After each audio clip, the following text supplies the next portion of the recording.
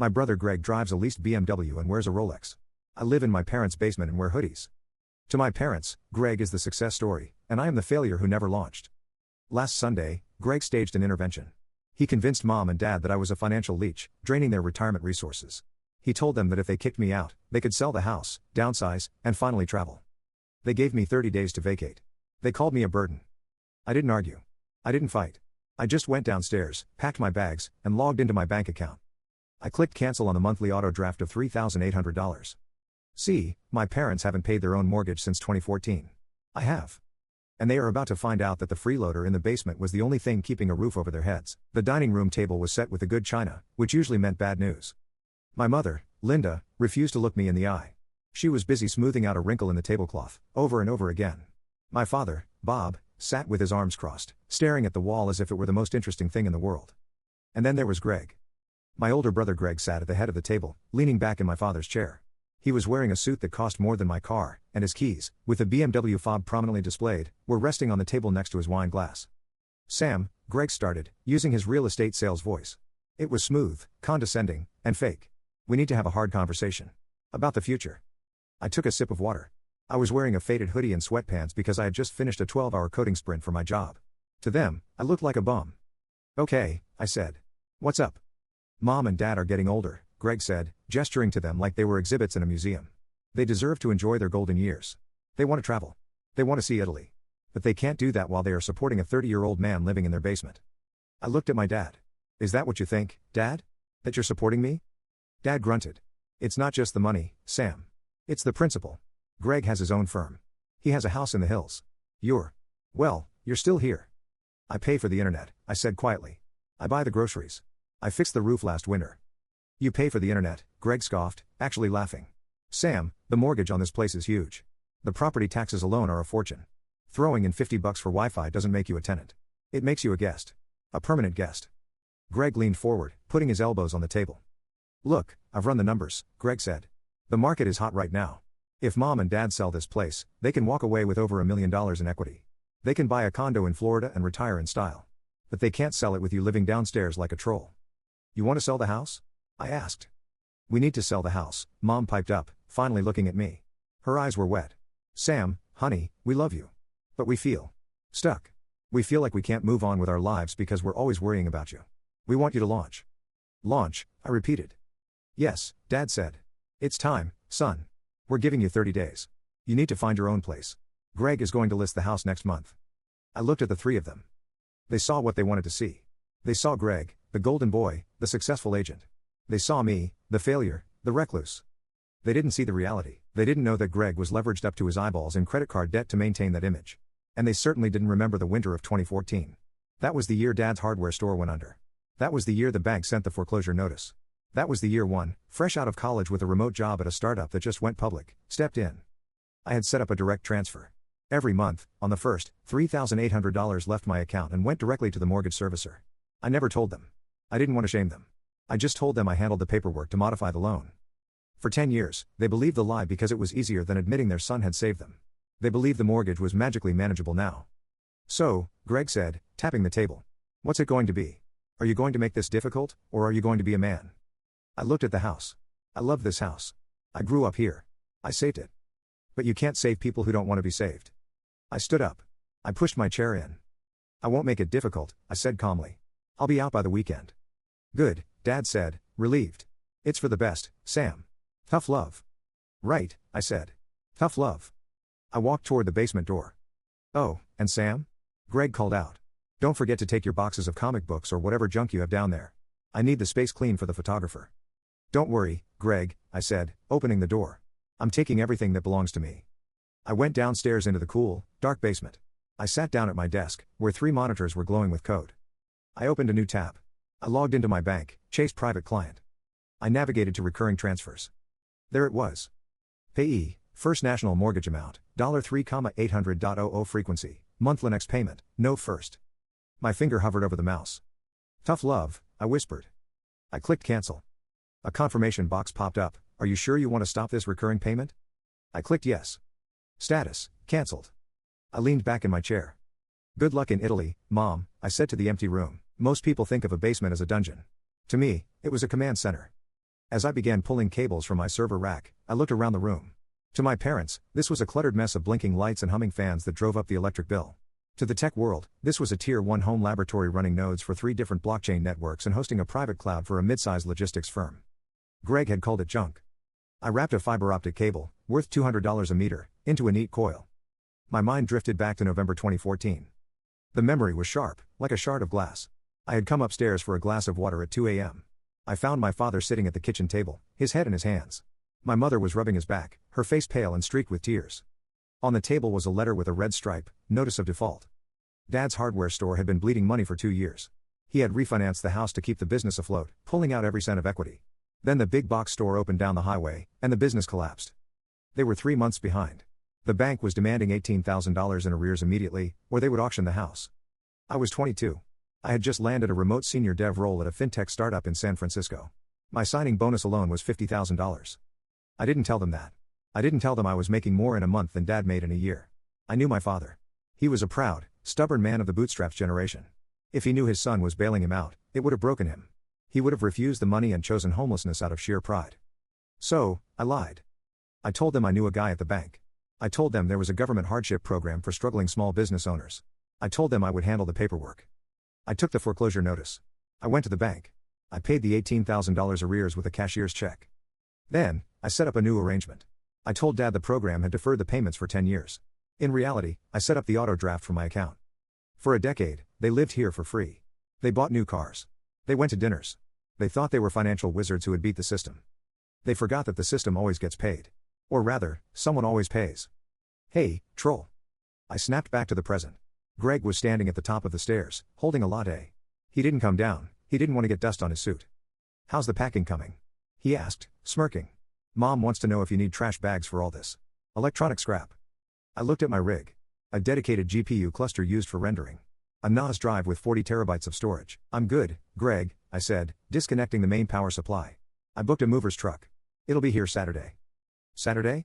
Greg checked his Rolex. That's fast. Found a shelter that would take you? He laughed at his own joke. I found a place, I said.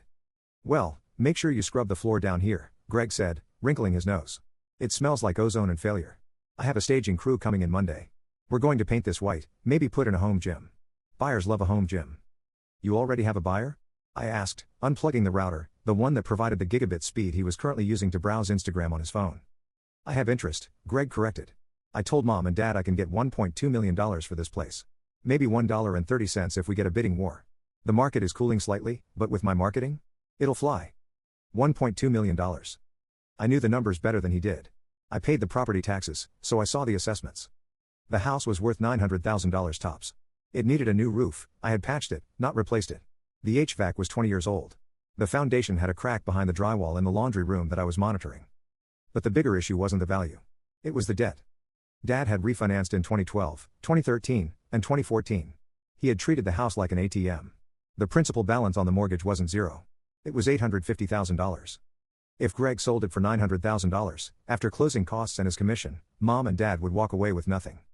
Greg, I said, pausing. Have you pulled the title yet? I'm pulling it Monday, he said dismissively. Why? Just. Check the liens before you promise Mom and Dad that condo in Florida. Greg rolled his eyes. Always the pessimist. You're just jealous, Sam. You're jealous that I'm the one securing their legacy while you're playing video games. He turned and walked back up the stairs. Don't forget the trash bags. He shouted over his shoulder. I looked at the black box in my hand. It was the modem. I pulled a plug. Upstairs, I heard Greg shout, "What the hell? The Wi-Fi just died." I smiled. Just a glitch, I whispered to myself. Get used to it. Saturday morning arrived with a gray, drizzling sky. It fit the mood perfectly. I didn't hire a cheap 2 guys and a van service. I hired a specialized logistics crew accustomed to moving sensitive server racks. They arrived in an unmarked black truck, wearing matching uniforms. They didn't look like movers, they looked like a SWAT team for computers. My neighbors, Mr. and Mrs. Higgins, watched from their porch across the street, sipping coffee and whispering. They probably thought the FBI was finally raiding the weird son's basement lair. I carried the last box out myself. It contained my personal effects, a few photos, my diploma, which my parents had never framed, and the hard drive containing the digital receipts of every mortgage payment I had made since 2014. I walked past Greg's BMW in the driveway.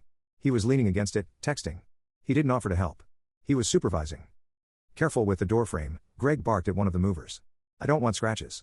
I have the stagers coming Monday.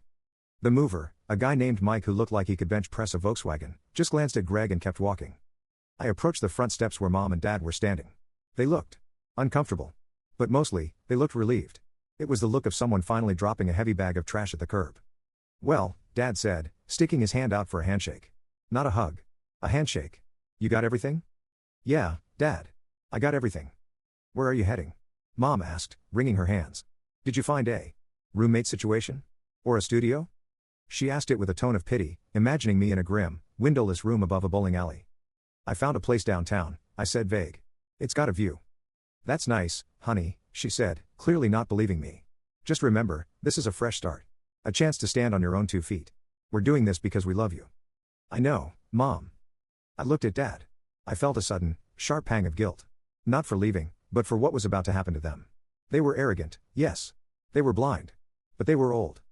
"Dad," I said, lowering my voice so Greg wouldn't hear. "Listen to me. When the mail comes next week, don't ignore it. And check the online banking for the house account. Today." Dad frowned. "Why? What's wrong with the account?" "Just check it," I pressed. "Make sure the automatic settings are what you think they are." Dad sighed, shaking his head. "Sam, please. Don't be bitter. I've been managing this household's finances since before you were born. I think I can handle a checking account." He patted my shoulder, a dismissive, heavy pat. "You just worry about your rent. Leave the big stuff to us." "Okay," I said. "Goodbye, Dad." I walked down the driveway. "Hey," Greg called out.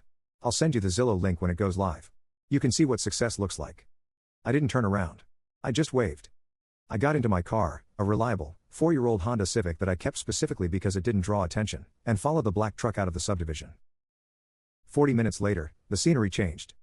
The suburban sprawl of strip malls and manicured lawns gave way to the steel and glass skyline of the city. I drove into the financial district, navigating the Saturday traffic until I reached the Meridian. It was the tallest residential tower in the city. A glass needle piercing the clouds. I pulled up to the valet stand. The attendant, a young guy named Leo, lit up when he saw me. "Mr. Miller. Welcome back. Long time no see." "Good to be back, Leo," I said, handing him the keys. "Keep it close? I might go out later." "Of course, sir. The freight elevator is locked off for your movers. They're already loading in." I walked through the lobby. Marble floors, vaulted ceilings, and a concierge desk that looked more like a hotel reception. I swiped my fob, the black Tier 1, at the elevator bank. "Penthouse 2. The elevator shot up 50 stories in seconds. The door slid open directly into my living room. Floor-to-ceiling windows looked out over the entire bay. The city lay spread out below me like a circuit board. The furniture was sleek, modern Italian leather, bought and paid for 3 years ago. This was my real home. I had bought it as an investment property/crash pad for when I had late meetings in the city. I usually rented it out to visiting executives for $15,000 a month. But for the last month, I had kept it vacant, knowing this day was coming. I walked to the window. I could see the highway stretching back toward the suburbs. Back toward the house with the rotting roof and the mortgage that was currently ticking like a time bomb. I pulled my phone out. I had a notification from my bank app. Alert, scheduled transfer to First National Mortgage failed. User cancelled. It was done. I walked to the kitchen island, opened a bottle of sparkling water, and sat down. For the first time in 10 years, my bank account didn't drop by $3,800 on the first of the month. I was effectively getting a raise. I raised the bottle to the empty room. "To fresh starts," I said. Meanwhile, in the suburbs, Linda walked into the kitchen, humming. The house felt lighter. The basement door was closed. The negative energy was gone. "Bob," she called out. "The internet is down again." Bob was in his office, staring at his computer screen. He was frowning. "I know, Linda. I'm trying to log into the bank to pay the electric bill, but the page won't load." "Probably just Sam messing with things before he left," Linda sighed. "Greg said he unplugged the router. Just reset it." Bob grunted and got up to fiddle with the modem. He didn't check the bank account. He was too annoyed about the Wi-Fi. On the kitchen counter, buried under a stack of open house flyers Greg had printed, was the mail from yesterday. Bob hadn't opened it yet. Third from the bottom was a plain white envelope from First National Mortgage Servicing. Inside, it wasn't a bill. It was a notification titled, "Action Required, Escrow Shortage." Because I hadn't just paid the mortgage. I paid the insurance and taxes too. And without my contribution, the escrow account was about to run dry.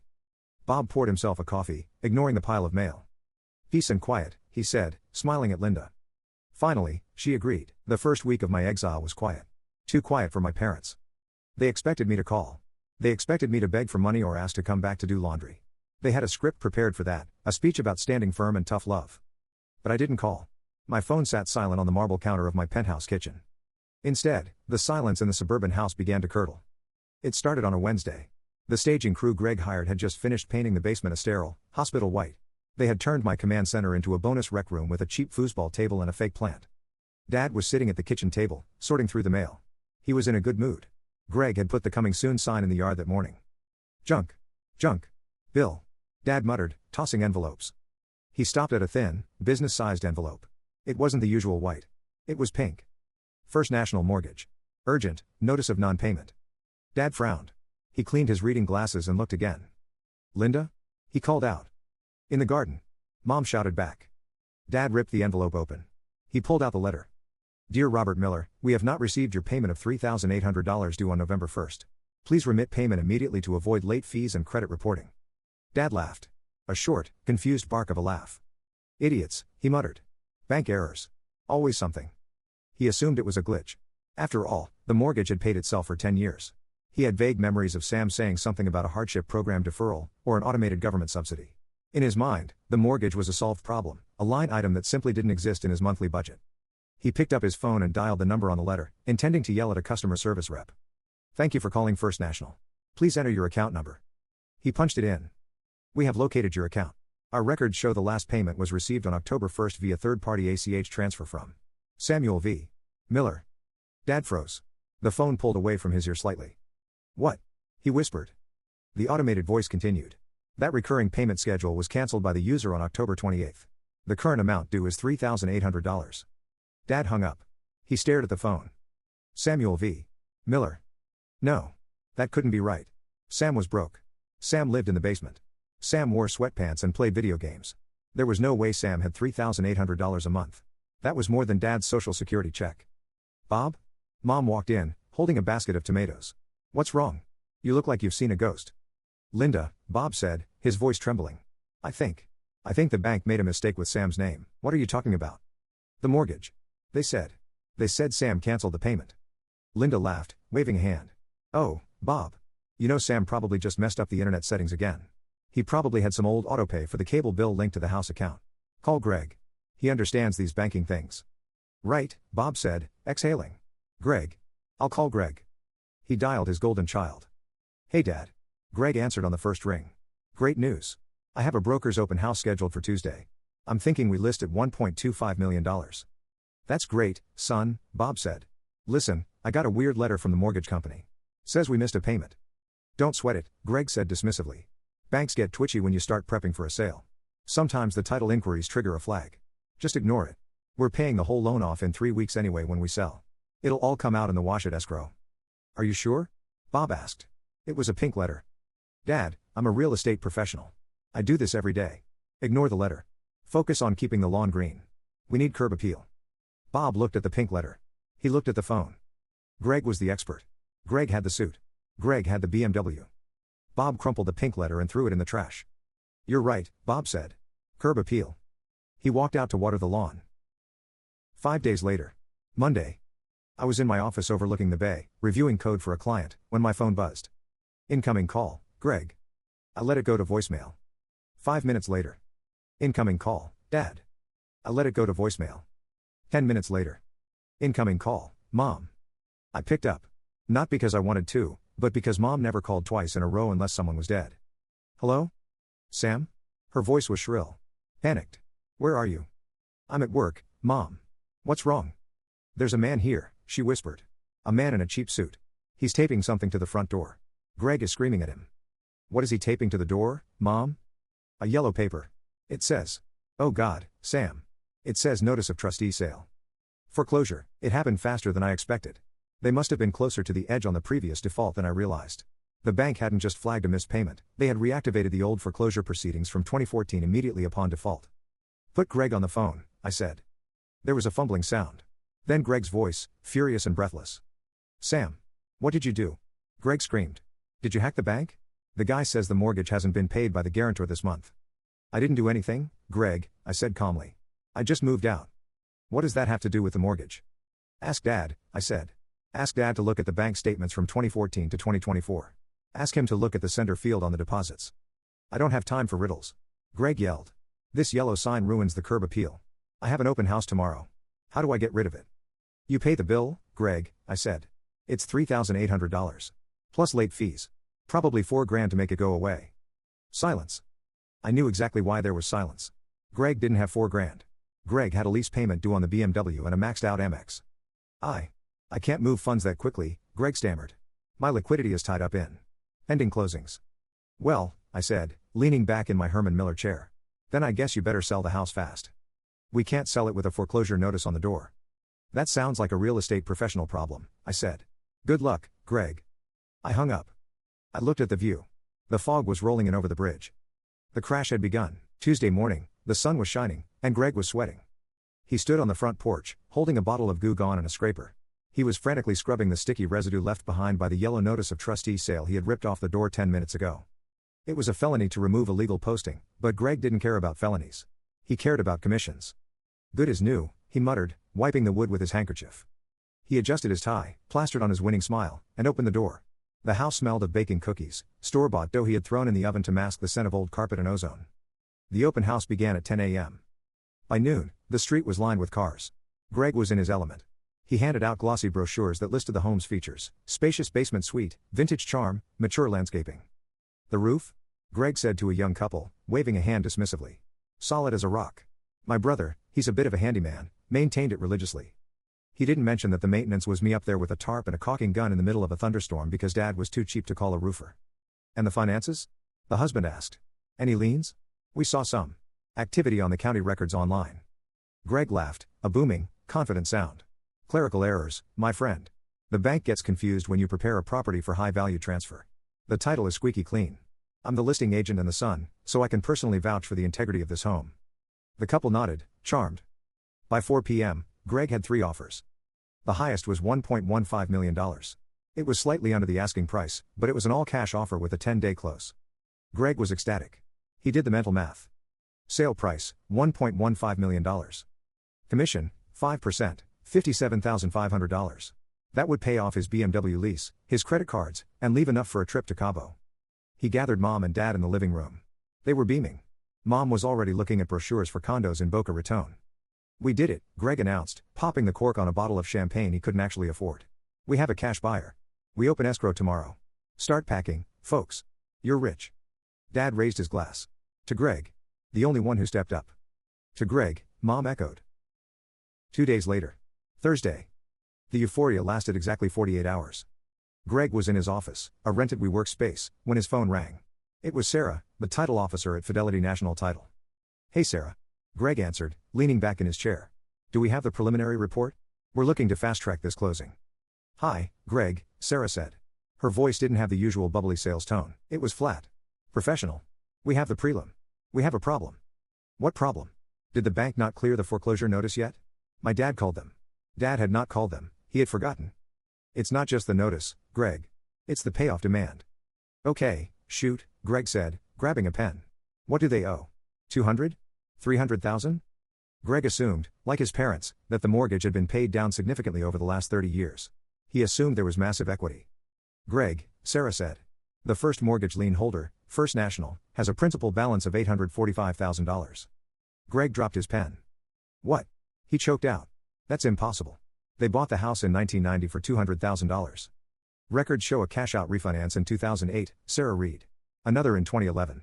And a loan modification in 2014 that capitalized the arrears into the principal. It's an interest-only loan, Greg. They haven't touched the principal in 10 years. 840. Greg did the math. The sale price was $1.15 million. Okay. That still left $300,000. Not $1 million, but something. Is that it? Greg asked, sweating again. No, Sarah continued. There is a second lien. A home equity line of credit, HELOC, from Citibank. Taken out in 2012. It's maxed out. How much? $195,000. Greg felt sick. $845,000 plus $195,000 equals $1,040,000. Okay, Greg whispered. So they have about $100,000 in equity. It's tight, but... Greg, Sarah interrupted gently. You haven't factored in the closing costs. The transfer taxes. The recording fees. And your commission. Silence stretched over the line. If Greg took his $57,500 commission, the parents would net. Maybe $10,000. Maybe zero. Wait, Greg said, desperate. The mortgage. It was being paid. Who was paying it? The payment history shows a third-party payer, Sarah said. A Mr. Samuel Miller. He was covering the interest-only payments. But since that stopped last month, the loan has accelerated. The bank is adding legal fees daily. Greg, if you don't close this in 10 days, the debt will exceed the sale price. The house is underwater. Greg hung up the phone. He stared at the wall. There was no Florida condo. There was no retirement fund. There was no legacy. His parents had eaten the house. They had devoured the equity to keep Dad's failed hardware store alive and to maintain their lifestyle, and Sam had been the only reason the house of cards hadn't collapsed a decade ago. And Greg had just kicked the load-bearing wall out of the building. His phone buzzed. A text from Dad. Dad, Mom found a lovely place in Sarasota. Ocean view. Should we put a deposit down? Greg put his head in his hands. He had to go tell them. He had to tell them that the freeloader was actually the landlord. And that the landlord had just evicted them. The drive to my parents' house usually took Greg 20 minutes. Today, it took him an hour. He drove 5 miles per hour under the speed limit, wishing the engine would explode, or the road would swallow him whole. Anything to avoid the conversation he was about to have. When he finally pulled into the driveway, he saw Dad sitting on the porch swing, a glass of iced tea in his hand, looking at the sold rider Greg had prematurely slapped onto the yard sign. Dad waved. A big, expansive, victorious wave. Greg turned off the car. He grabbed the thick manila folder containing the preliminary title report. It felt as heavy as a tombstone. Hey, superstar. Dad called out as Greg walked up the steps. Mom's inside packing the china. We decided on the Sarasota condo. 2 bedrooms, right on the marina. We need to put the deposit down by Friday. Greg didn't smile. He didn't take off his sunglasses. We need to talk, Dad. Inside. Kitchen table. Dad's smile faltered. What is it? Did the buyers back out? Don't tell me we have to go back to market, Greg. The buyers are fine, Greg said, his voice hollow. Come inside. Mom joined them at the table. She was holding a roll of bubble wrap. What's wrong, Greggy? She asked. You look pale. Greg opened the folder. He laid 3 sheets of paper on the table. 1. The sale contract, $1.15 million. 2. The first mortgage payoff demand, $845,000. 3. The Citibank HELOC payoff demand, $195,000. I ran the closing numbers, Greg said quietly. Okay, Dad said, putting on his reading glasses. So, $1.15 million. That's a lot of zeros. How much do we clear? 800,000? 9? Dad, Greg said. Look at the second sheet. Dad squinted. First National. Principal balance. 845,000? That's a mistake. We refinanced in 2014, but it was just to cover the store's overhead. It wasn't that high. It was, Greg said. You capitalized the arrears. You stopped paying principal. It's been an interest-only loan for 10 years. The balance hasn't moved a cent. Dad's face went gray. Okay. Well. That's high. But we still have room. $1.15 million minus $845,000. That's still $300,000. We can work with that. Maybe not the marina condo, but... Look at the third sheet, Dad. Dad looked. Citibank home equity line. The HELOC, Greg whispered. You maxed it out in 2012. You told me you paid it off. I intended to, Dad stammered. But the payments were so low, I just let it ride. It's $195,000, Dad. The room went silent. The bubble wrap popped in Mom's tightening grip. Greg pulled out a notepad and did the math in bold, black marker. Sale price, $1,150,000 mortgage, $845,000 HELOC, $195,000 closing costs/taxes, $25,000 commission, mine, $57,500. Net proceed to seller, $27,500. $27,000, Greg said, his voice breaking. That's it. That's what you walk away with. Not $1 million. 27 grand. That won't even cover the moving trucks and the first month's rent on an apartment. That's impossible. Mom cried out, slamming her hand on the table. We own this house. We've lived here for 30 years. You rented it from the bank for 30 years. Greg shouted, losing his composure. You ate the equity. You ate it on cars, and vacations, and saving the hardware store. But the monthly payments. Dad argued, his face turning red. We paid the mortgage every month. For 10 years. How did the principal not go down? Greg took a deep breath. This was the part that was going to destroy them. He flipped the page to the payment history provided by the title company.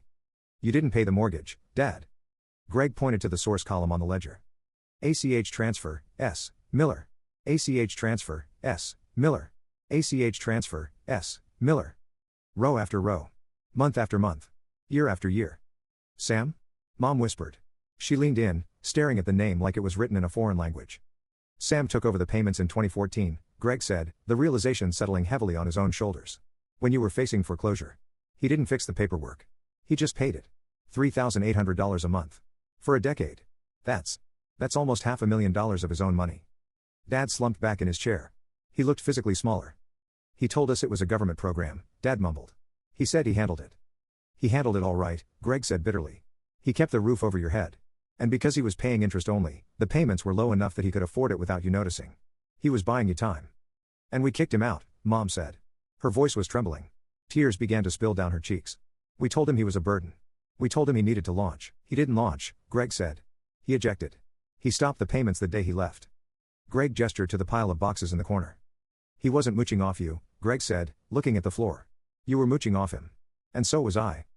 Dad stared at the sold flyer on the table. The math was undeniable. The Sarasota condo was gone.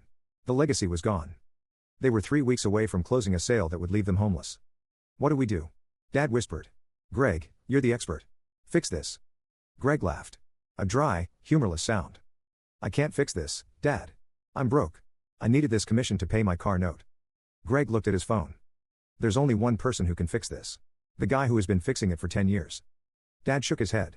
I can't call him. After what I said? I can't. Then start looking for boxes, Greg said, standing up. Because the bank takes the house in 20 days. Dad looked at the phone.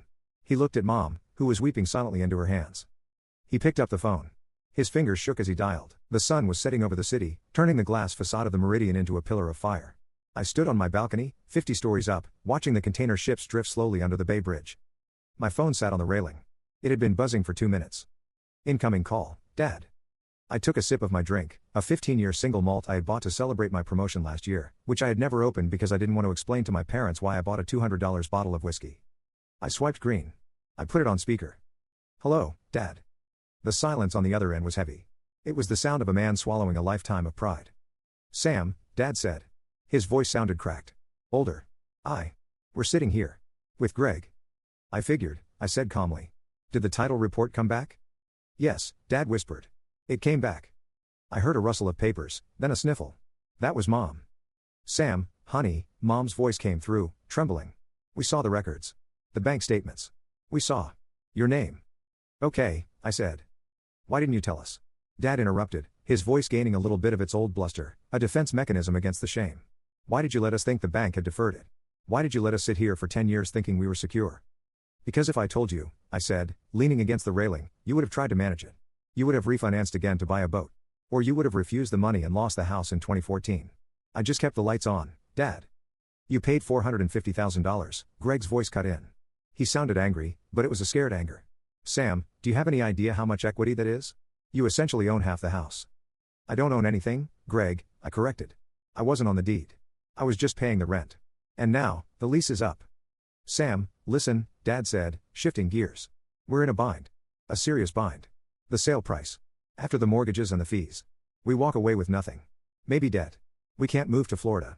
We can't even afford a deposit on an apartment here. I waited. I knew the ask was coming. We need you to help us close the gap, Dad said. What? I asked, though I knew exactly what he meant. We need to pay off the HELOC, Dad said. It's $195,000. If we clear that, we can sell the house, pay off the first mortgage, and have a little cushion to move. You obviously have money, Sam. You've been hiding it, but you have it. I looked out at the city lights. Let me get this straight, I said, my voice hardening. You kicked me out because I was a burden. You told me to stand on my own 2 feet. And now, 3 weeks later, you want me to write a check for $200,000 so you can retire to a condo in Sarasota? It's not for us. Mom cried. It's for the family. It's your inheritance too, eventually. There is no inheritance, Mom, I said. The math doesn't work. The house is a liability. It has been for a decade. Sam, please, Greg said. If this deal falls through, the foreclosure goes through. They lose everything. It ruins their credit. They'll be destitute. Just restart the payments. Give us 6 months. We'll find a better buyer. The market will turn. The market isn't the problem, Greg. The debt is. I took another sip of scotch. I won't pay the HELOC, I said. And I won't restart the mortgage. So you're just going to let us drown? Dad shouted. After everything we did for you? We raised you. We put a roof over your head. And I kept that roof there for 10 years, I snapped. I bought you a decade, Dad. 10 years of dinners, and new cars, and country club memberships that you couldn't afford. That was my gift. That was the repayment for raising me. Sam. It's over, Dad. The math won. You have to sell the house. But we won't make any money. I know, I said. That's the reality. You leave with nothing. But you leave without the debt. You let the bank take the house, or you sell it and break even. Those are the choices. We have nowhere to go, Mom sobbed. I sighed. I wasn't a monster. I was just done being the crutch. Sell the house, I said quietly. Take the cash offer. Pay off the banks. If there is a shortfall, if you owe money at closing, send me the bill for the difference. I will cover the closing costs so you don't have debt. But not a penny more. No condo in Florida. No commission for Greg. What about Greg? Dad asked. He worked hard on this listing. Greg can find another client, I said. If he wants his commission, he can pay the closing costs himself. Silence on the line. I knew Greg was doing the math. $57,000 commission versus $25,000 in closing costs. He would still make money, but he'd have to eat a huge chunk of it. Deal, Greg said quickly. I'll waive my fees to cover the gap. Good, I said. Dad, sell the house. Pack your things. Rent a small apartment in town. Live within your social security checks. Sam, wait, Dad said. His voice was small. Broken. When can we see you? Can we come over? I looked around my penthouse. My sanctuary. Not yet, Dad, I said. I need some space. You wanted me to launch. I launched. Sam. Goodbye, Dad. I hung up the phone. I watched the screen go dark. My hands weren't shaking. I didn't feel guilty. I felt light. I walked back inside, queued up a playlist, and sat down at my workstation. I had code to write. And for the first time in my life, every dollar I made was mine. Closing day was silent. There was no champagne. There were no high fives. Just the scratching of pens on legal documents in a windowless conference room at the title company. Dad signed the deed. Mom signed the disclosure forms. Greg sat in the corner, arms crossed, looking at his phone. He had been forced to waive his entire commission to cover the closing costs and the final payoff gap on the Helic. He had worked for 2 months for free. The escrow officer, a cheerful woman who clearly didn't know the backstory, smiled as she slid the final paper across the mahogany table. And here is your final settlement statement, she chirped. Since the net proceeds are zero, there is no wire transfer to authorize. You are all set. Congratulations on the sale. Congratulations, Dad echoed, his voice hollow. He stood up. He didn't look at Greg. He walked out to the parking lot. They drove back to the house one last time. Not to live there, but to hand over the keys. The moving truck was already gone, heading to the Willows, a garden-style apartment complex 10 miles away. It wasn't the oceanfront condo in Sarasota. It was a 2-bedroom unit on the ground floor, facing the parking lot, with beige carpet and a view of a dumpster enclosure. Dad walked through the empty rooms of the house. He walked into the basement. The walls were freshly painted white. The smell of ozone and old electronics was gone, replaced by the smell of latex paint and emptiness. I liked it better before, Dad whispered to himself. He left the keys on the kitchen counter. He locked the door. He got into his 10-year-old sedan, the one he hadn't replaced because he couldn't afford it, and followed Mom's car to the apartment. The Willows Apartments. Unit 104. The move-in was chaotic. The furniture from a 3,000 square foot house didn't fit into an 1,100 square foot apartment. The grand dining table Dad loved? It blocked the hallway. The overstuffed leather recliner? It took up half the living room. Greg was there, sweating through his dress shirt, trying to pivot a sofa around a tight corner. Pivot! Greg yelled, frustrated. It won't fit, Dad. We have to get rid of it. That sofa cost $2,000. Dad argued, holding the other end. It doesn't matter what it cost. Greg snapped, dropping his end. It doesn't fit. This isn't the mansion anymore, Dad. It's a box. You have to live in the box. Dad stared at the sofa. He looked at the beige walls. He looked at Greg, who was red-faced and resentful. Leave it by the dumpster, Dad said quietly. What? Leave it, Dad said, turning away. I'll sit on a folding chair. By 6 p.m., Greg was gone. He mumbled something about a client dinner, a lie, he was going home to sulk, and peeled out of the parking lot. Mom and Dad sat on the floor of the living room, surrounded by boxes they hadn't unpacked. They ate takeout pizza off paper plates. It's cozy, Mom said, trying to be brave. Her voice wavered. It's small, Dad said. I can hear the neighbors walking upstairs. We'll get used to it, Mom said. At least we don't have the debt. No, Dad said. We don't. There was a knock at the door. Mom jumped. Who could that be? Dad groaned as he stood up. His knees popped. He opened the door. A delivery driver stood there holding a sleek, black box tied with a silver ribbon. Delivery for Robert and Linda Miller, the driver said. We didn't order anything, Dad said. It's a gift, the driver said, checking his tablet. From a Samuel Miller. Dad froze. He took the box. He signed for it. He brought it into the living room and set it on the one coffee table that fit. From Sam? Mom asked, wiping her hands on her napkin. Is it money? Hope flared in her eyes. Maybe Sam had changed his mind. Maybe there was a check inside. Maybe he was going to save them one last time.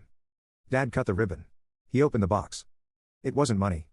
It was a high-end digital picture frame. The kind that cycles through photos connected to the cloud. Dad plugged it in. The screen glowed to life. Loading. An image appeared. It was a professional, high-resolution drone shot of the house. Their house. The one they had just sold. It looked magnificent from the air, the green lawn, the big oak tree, the sprawling roofline. It was beautiful. And it was gone. A message appeared on the screen, overlaying the photo. You wanted to downsize. Enjoy the freedom. Sam. Then, the photo changed. It wasn't another picture of the house. It was a photo of Sam. He was standing on a balcony with a glass railing. Behind him was the Golden Gate Bridge and the sparkling city skyline. He was holding a glass of whiskey. He wasn't wearing a hoodie. He was wearing a tailored jacket. He looked fit, calm, and wealthy. He looked like a man who had launched. Dad stared at the photo. He looked around his cramped beige apartment. He finally understood. Sam hadn't been hiding in the basement because he was afraid of the world. He had been hiding in the basement to protect them from it. And now, the protector was gone. Dad unplugged the frame. The screen went black. Nice picture, Dad whispered. He sat back down on the floor and picked up his slice of cold pizza, the Thanksgiving guest. 1 year later. The oven in Unit 104 at the Willows didn't regulate heat very well. The turkey was burnt on the outside and raw in the middle. Mom was stressed. The apartment was too small for a holiday gathering. The dining table, a folding card table covered with a festive tablecloth to hide its wobbliness, was jammed against the television stand. Greg, move your chair in, Mom snapped. I can't open the refrigerator. Greg scooted his chair forward. He looked tired. The BMW was gone, replaced by a leased Hyundai. The real estate market had cooled significantly, and without his anchor client commission from the house sale, Greg had spiraled. He was currently working as a leasing agent for a corporate apartment complex. It was a salary job. He hated it. Is he coming? Greg asked, checking his phone. He said noon. He'll be here, Dad said. Dad was sitting in the corner on the sofa that didn't fit, staring at the football game on a TV that was too close to his face. There was a knock at the door. Mom smoothed her apron. Be nice, she hissed at Greg. Please. She opened the door. Sam stood there. He wasn't wearing a hoodie. He was wearing a cashmere sweater and dark denim. He looked healthy. Rested. He held 2 bottles of wine, Camus, expensive stuff, and a large box from a high-end bakery. Happy Thanksgiving, Sam said, smiling. Sam. Mom hugged him. It was a desperate, clinging hug. Come in, come in. It's cozy. Sam stepped inside. He had to duck slightly to avoid the low-hanging light fixture in the entryway. The apartment smelled of scorched turkey and stale carpet. Hey Greg, Sam said, handing him the wine. Open this for us? Greg took the bottles. He looked at the label. He knew exactly what it cost. Sure, Sam, Greg muttered. Nice year. Dinner was awkward. The conversation was a minefield. Nobody mentioned the house. Nobody mentioned the hardware store. So, Sam, Dad said, cutting into the dry turkey. How is work? Still doing the computer thing? It's going well, Sam said. My company was acquired last month. I'm taking a sabbatical. A sabbatical? Greg asked, raising an eyebrow. Must be nice to just stop working. It is, Sam agreed, not taking the bait. I'm heading to Tokyo next week. For a month. Always wanted to see the winter lights. Mom put her fork down. Tokyo. It sounded like another planet compared to the Willows. That sounds expensive, Mom said instinctively. It is, Sam said. He took a sip of wine. But I have low overhead. The silence stretched. The irony hung in the air like smoke. Sam, Dad cleared his throat. We were thinking. Mom and I. The lease on this place is up in January, they're raising the rent. We were looking at a townhouse in Peakview. It's nicer. But the deposit is steep. Sam looked at Dad. He looked at Greg, who was staring at his plate. Peakview is nice, Sam said pleasantly. You should check it out. We were hoping, Dad continued, his voice dropping, that maybe. Since you're doing so well. Sam wiped his mouth with his napkin. He placed it gently on the table. Dad, Sam said softly. Remember the deal?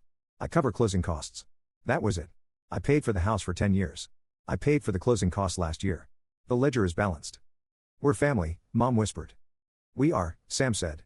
And I brought the wine. And the pie. He stood up. I have to run, Sam said, checking his watch. I have a flight early tomorrow, and I need to pack. You're leaving? Mom asked, panic rising. You just got here. I have a life to live, Mom, Sam said. I finally launched. He walked to the door. The apartment felt instantly smaller without him. Darker. Thanks for dinner, Sam said. He opened the door. The cool autumn air rushed in, smelling of rain and freedom. See you next year, Sam said. He closed the door. Dad looked at the burnt turkey. Greg looked at the expensive wine bottle, which was empty. Mom looked at the door. He's never coming back, Mom whispered. No, Dad said, picking up his fork. He isn't. They ate in silence, 3 people in a beige box, listening to the sound of the neighbors walking upstairs.